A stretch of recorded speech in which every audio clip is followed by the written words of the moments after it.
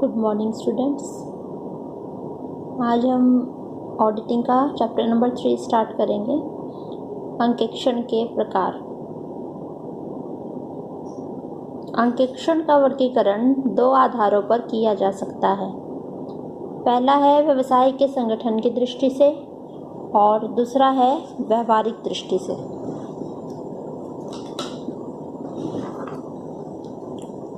व्यवसाय के संगठन की दृष्टि से अंकेक्षण निम्नलिखित प्रकार का होता है: वैधानिक अंकेक्षण, निजी अंकेक्षण, सरकारी अंकेक्षण और आंतरिक अंकेक्षण। व्यावहारिक दृष्टि से अंकेक्षण 8 प्रकार का होता है। इनको सबको हम डिटेल में पढ़ेंगे इस चैप्टर में।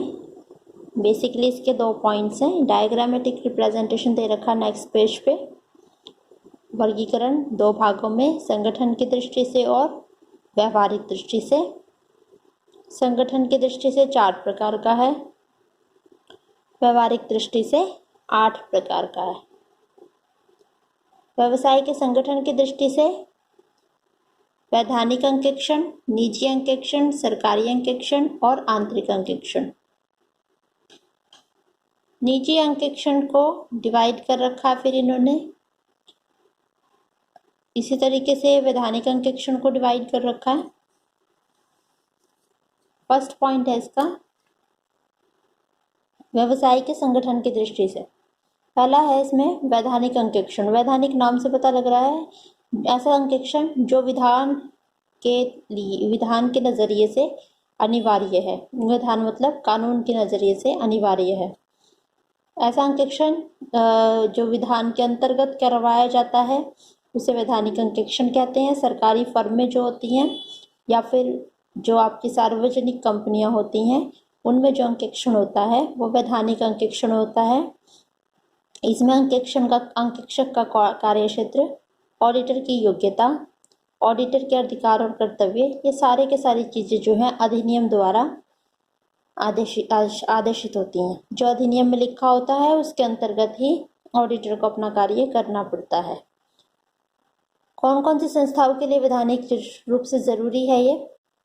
कोई भी ऐसी कंपनी जो कंपनी अधिनियम 2013 या इससे पूर्व किसी अधिनियम के अंतर्गत रजिस्टर्ड हो।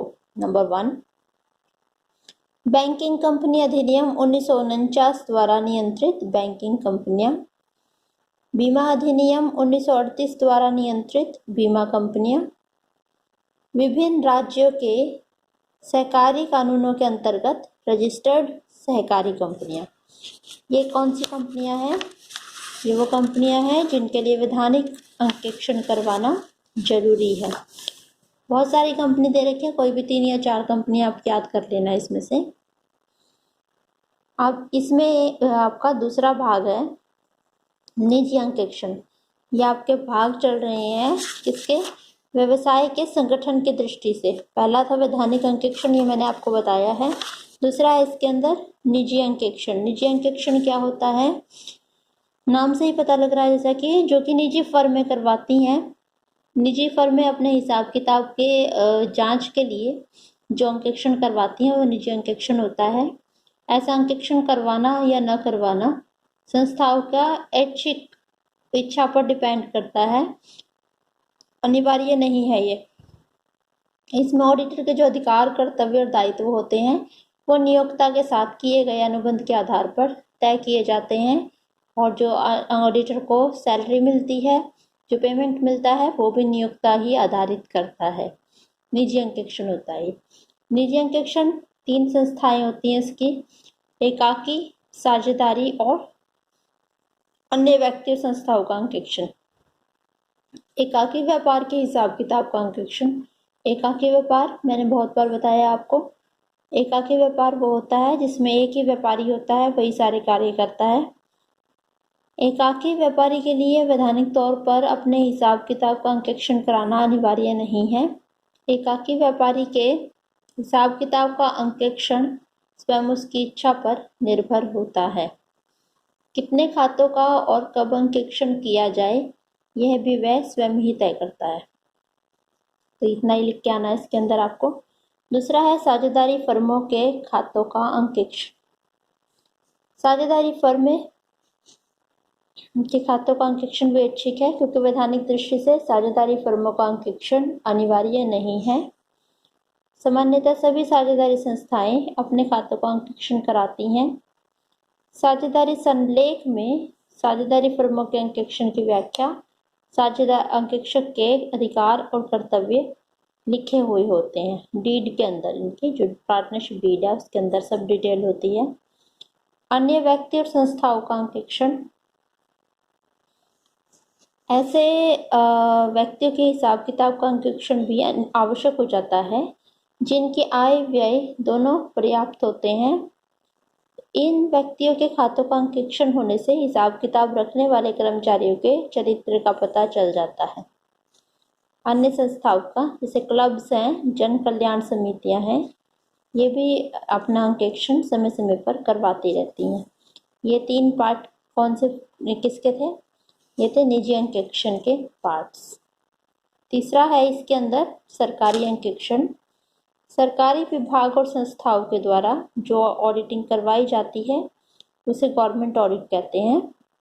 सभी सरकारी विभागों में हिसाब किताब का अंकेक्षण करने के लिए सरकार एक हिसाब किताब अंकेक्षण विभाग रखती है, ऑडिट एंड कंट्रोल डिपार्टमेंट रखती है, जिसका अध्यक्ष जो होता है उसको कंट्रोलर एंड ऑडिटर जनरल कहते हैं। ये व्यक्ति सरकारी फर्मों में ऑडिट करने के लिए ऑडिटर को अपॉइंट करता है और ऑडिटर के अधिकार और कर्तव्यों का वर्णन भी इसी के द्वारा करवाया जाता है। तो ये आपका सारा का सारा इसके अंदर यही बता रखा है सरकारी अंकेक्षण में। प्रत्येक राज्य में ऑडिटर, कंट्रोलर और ऑडिटर जनरल के अधीन एक महालेखापाल का कार्यालय खोला जाता है जो राज्य सरकार के विभागों के हिसाब किताब के लेखों की जांच करता रहता है।